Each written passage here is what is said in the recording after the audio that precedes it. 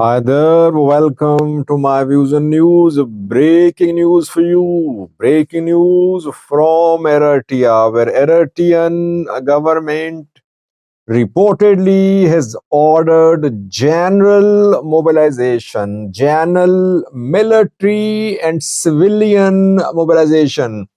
Is it preparation for war? Is this move defensive or offensive?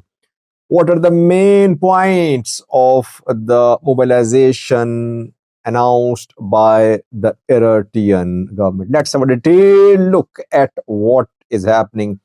Unprecedented tensions are visible between Eritrea and Ethiopia. In the last 48 hours, we saw exchange of fierce statements between the two countries. Ethiopian former president close to PM Abiy, serving as advisor to PM Abiy, wrote an article for Al Jazeera saying Eritrea is stoking a war in Ethiopia by conspiring with TPLF, Debrecen Group, and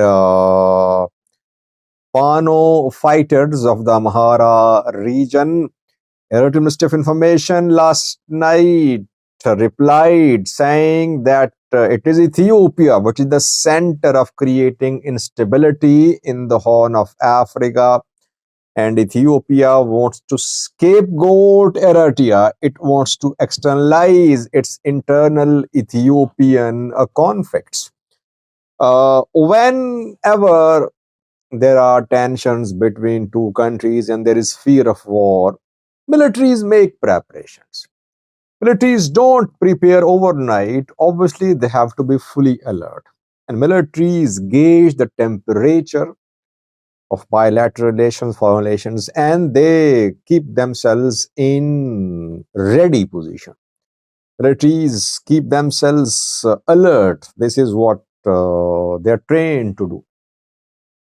In Eritrea, a general mobilization has been ordered reportedly.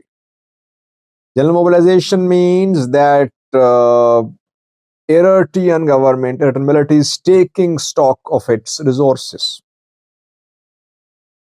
human resources, weapons, logistical assets are being analyzed. Directives are being passed from senior military command to lower level military units, from the government to regional zonal governments, to compile and verify the data of those Eritreans who were demobilized in recent years. When you reach a particular age in military, you are then you retire from the forces. But these retired soldiers can be called anytime in times of war, whenever there is threat of war. It happens across the world. Eritrean government has asked regional governments to compile and verify the data of demobilized soldiers over 60-year old. Military does have data, but it needs to verify that the people are available, people are in the country, people are healthy, people are in a position to return to military activities. That is why military units and regional governments, they have been told to verify the data. And the demobilized soldiers, over 60 mostly, are being told to return to their units. Their presence is being confirmed, and maybe they will undergo refresher courses too, because they undertook military training years ago, then they were retired. Now they need refresher military training course so that they'll be able to fight if the need arises. So firstly, their presence is being confirmed, that they are in Ethiopia. Secondly, they are going to undergo training. When? We don't know. Thirdly, uh, whenever there is threat of a war in a country, the country always imposes ban on the movement of capable citizens from the country. Youths are prohibited from leaving a country. It happens. Nothing new. I think Ukraine also stopped movement of its youths from the country. Some of the countries did the same in the past. Eritrean government is now going to be tough on the youths who want to leave Eritrea legally. Obviously, illegally, youths have been migrating from Eritrea for decades, risking their lives, using different human smuggling networks. But now legally, it's going to be difficult for the youths, people under the age of 50, to leave the country reportedly. Female soldiers are also being recalled to verify their presence, and maybe they'll have to undergo military training as well. Now, does this mean that Eritrea is planning to wage full-scale war on Ethiopia?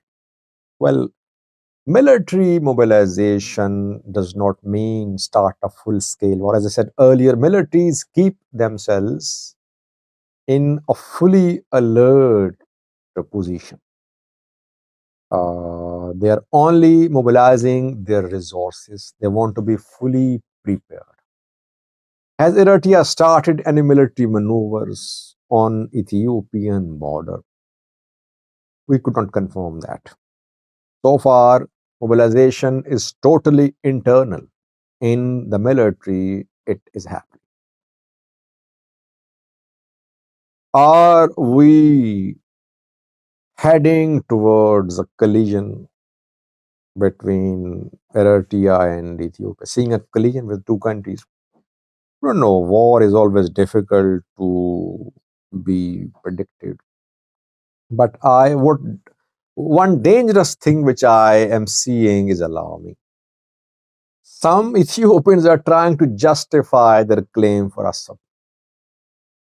They say that if Russia can reclaim Crimea, if US can reclaim Panama Canal, if Somalia can reclaim Somaliland, why can't Ethiopia reclaim Assab?